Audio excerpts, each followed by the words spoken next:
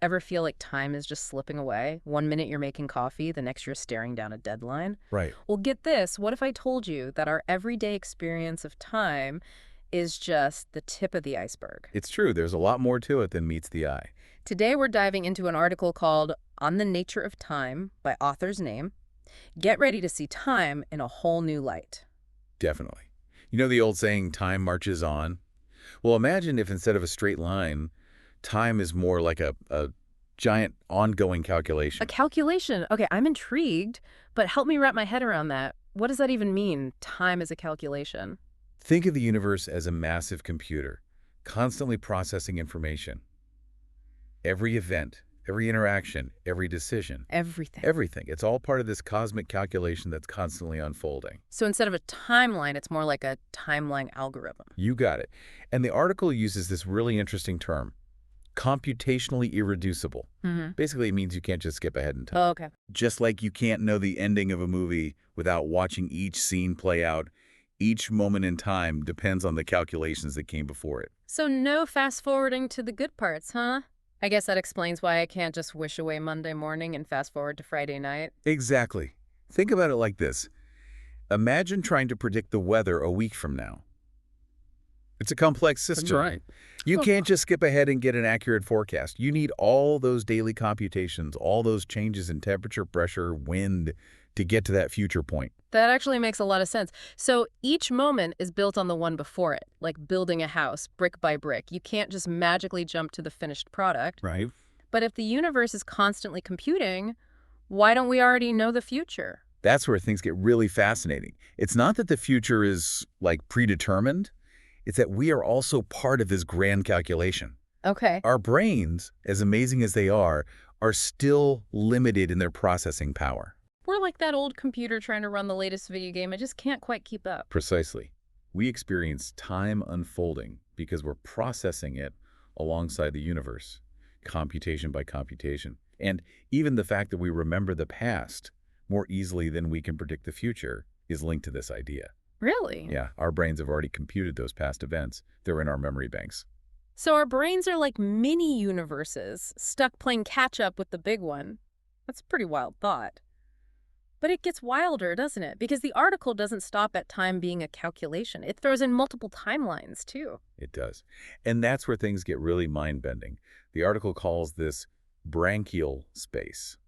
Essentially, it suggests that every choice, every possibility could be playing out in a separate timeline. So you're telling me there's a timeline out there where I actually chose tea instead of coffee this morning? Potentially, yes. Ah. Every decision, every coin toss, every moment where multiple outcomes are possible could be creating a new branch in this vast network of timelines. That's both amazing and slightly terrifying. But if there are all these timelines branching out, why do we only experience one? Imagine your brain is a film editor. You have all these different takes, all these potential scenes from those branching timelines. Okay. And your brain kind of weaves them together into a single coherent narrative. Yeah.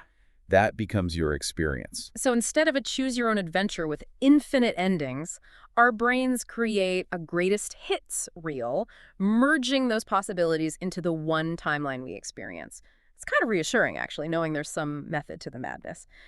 But this whole multiple timelines thing, it makes you wonder about time travel, doesn't it? Is that even possible in a universe where time is a constant calculation? Yeah, the article dives into that. Okay. And it gets really interesting. When you think of time as this constantly unfolding computation, the idea of time travel, especially going back in time, gets really, really tricky. Tricky how? Is it a matter of having enough processing power to rewind the universe back to a specific point, like hitting the undo button on a cosmic scale? It's even more complicated than that. Okay. Think about it. To truly go back and change the past, you wouldn't just be traveling through time. You'd be trying to undo and then recalculate every single computation the universe has made since that point. So it's less like hopping on a train and taking a different route and more like Yeah.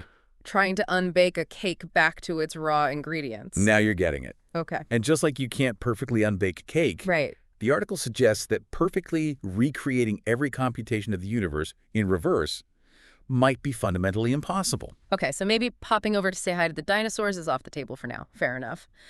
But this deep dive has already stretched my brain further than I thought possible. So I have to ask, after all this mind-bending information about time as computation and branching timelines, What's the takeaway? What does author's name ultimately say time is?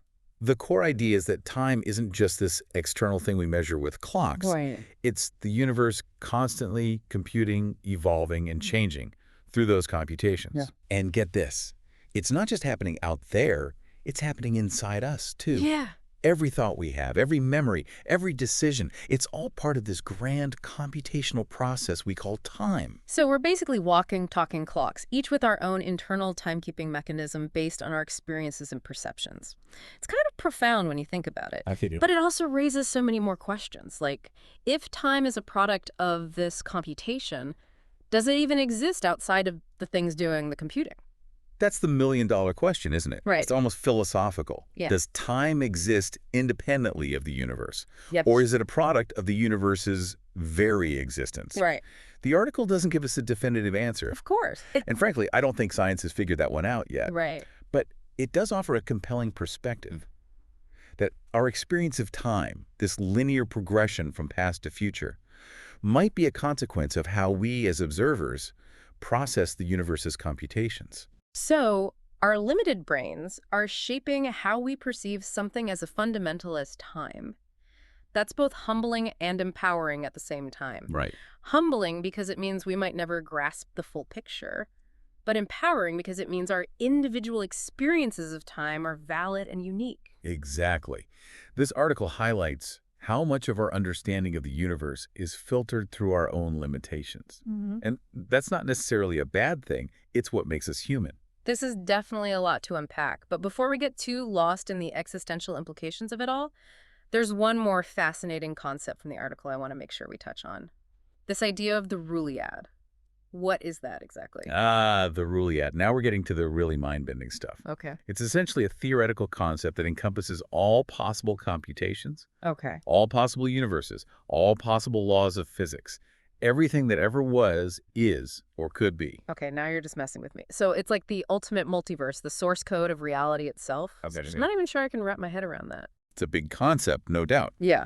But the way I see it, its author's names attempt to explain where those fundamental rules of the universe come from. Okay. The ones we've been talking about. Instead of accepting them as a given, Right. the Rulliad suggests that they emerge from this vast space of all possible computations. So our universe, with its specific laws of physics and our very particular experience of time, is just one tiny slice of this infinite Rulliad. Precisely. And here's where it gets really interesting. The article proposes that even within this boundless Rulliad, with its infinite possibilities, Okay. our perception of time as a linear flow might still hold true. Wait, really? Even with infinite universes, infinite timelines, we're still stuck on this one-track path? That seems, well, a little unfair. Maybe, but also kind of beautiful, don't you think? Okay. It suggests that even within the vastness of the Rulliad, this experience of time we share, this journey from past to future, might be a fundamental aspect of how consciousness interacts with reality. Okay, now my mind is officially blown. We've covered computational time, multi-threaded timelines, and now this mind-boggling Rulliad. I need a moment to process all of this. Take your time. It's a lot to digest. Right. But that's the beauty of a deep dive like this, isn't it? It challenges our assumptions and leaves us with more questions than answers. You're telling me. But amidst all this head-spinning information, there's one final point in the article I want to make sure we highlight. The article ends on this thought-provoking note about what gives time meaning, and it really stuck with me. It argues that this whole idea of computational irreducibility, this inability to skip ahead, might be what makes our experiences, matter. It's a fascinating point, isn't it? If we could know the future, would anything we do really matter? Yeah, it's like if you already had the cheat codes to life, where's the challenge in that? Precisely. The article highlights that our inability to know the future is what makes our choices, our actions, and even our mistakes meaningful. It's what keeps us engaged in the present moment. That actually makes a lot of sense. Imagine knowing the outcome of every decision, every risk, every relationship. Yeah. It would take away the excitement, the uncertainty, and frankly, the beauty of experiencing life as it unfolds. Absolutely. This idea really makes you appreciate those moments of surprise, those unexpected twists and turns that make life interesting. They wouldn't have the same impact if we already knew it was coming. So, if I'm understanding this correctly, embracing the unknown, the unpredictable nature of time is actually key to living a more meaningful life. That's a great way to put it.